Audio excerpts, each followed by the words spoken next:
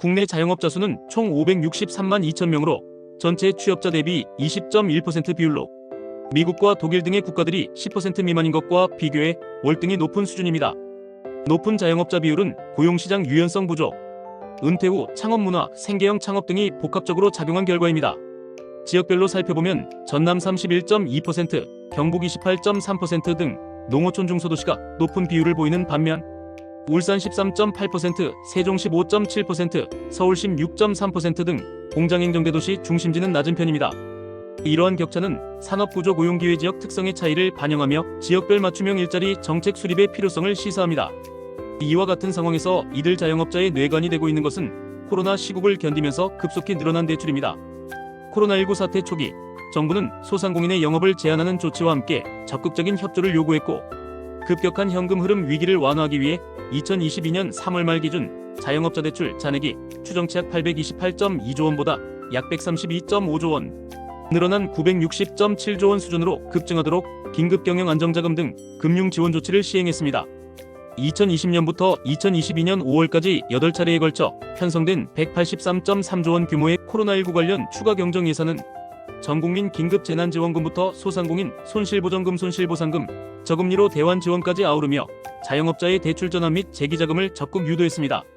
그러나 이 같은 지원책이 저소득 자영업자에게는 생활안정 차원의 대출 확대를, 고소득 자영업자에게는 사업부동산 투자 차원의 대출 확대를 동시에 부추기며 중대한 채무부담을 만들어냈습니다. 2023년 말 기준 자영업자 연체액은 18.1조 원, 연체율은 1.70%로 2015년 이후 최고치를 기록했고 소비자 심리지수도 방역 초기 이후 가장 큰 폭으로 추락해 상환 능력 악화가 가시화되었습니다. KDI는 특히 고금리 대출에 의존하는 저신용 저소득 자영업자군이 신용 위험의 핵심 축이라 경고하며 이들의 대규모 부실이 금융권 전반의 불안 요인으로 작동할 수 있다고 진단했습니다. 이 빚폭탄은 전국 어디에나 존재하지만 특히 전남 31.2%, 경북 28.3%, 전북 26.9%, 제주 26.6% 등 자영업자 비중이 높은 도 지역에서 뇌관으로 작동할 가능성이 큽니다. 그뿐만이 아닙니다. 도시 상권의 상징인 서울 명동거리에는 임대문의 현수막이 즐비해 대면 서비스업 중심지마저 붕괴 직전에 있음을 알리고 있습니다. 부산 자영업자 비중 21.1%의 남포동과 광안리, 대구 동성로 등 중대도시, 주요 상권도 발길 끊긴 빈 점포가 늘어나는 등 구조적 위기를 드러내며 이들 지역이 금융불안 뇌관의 또 다른 축으로 꼽힙니다.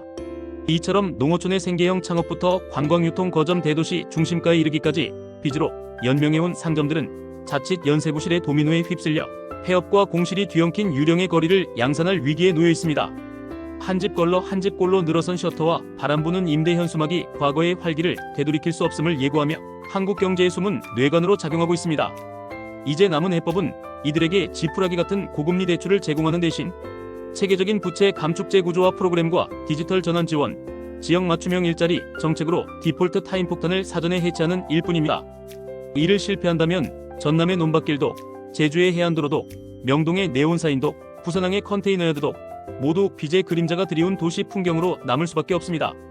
정부의 적극적인 대안이 절대적으로 필요한 시점입니다. 지금까지 부원군TV 부원군이었습니다.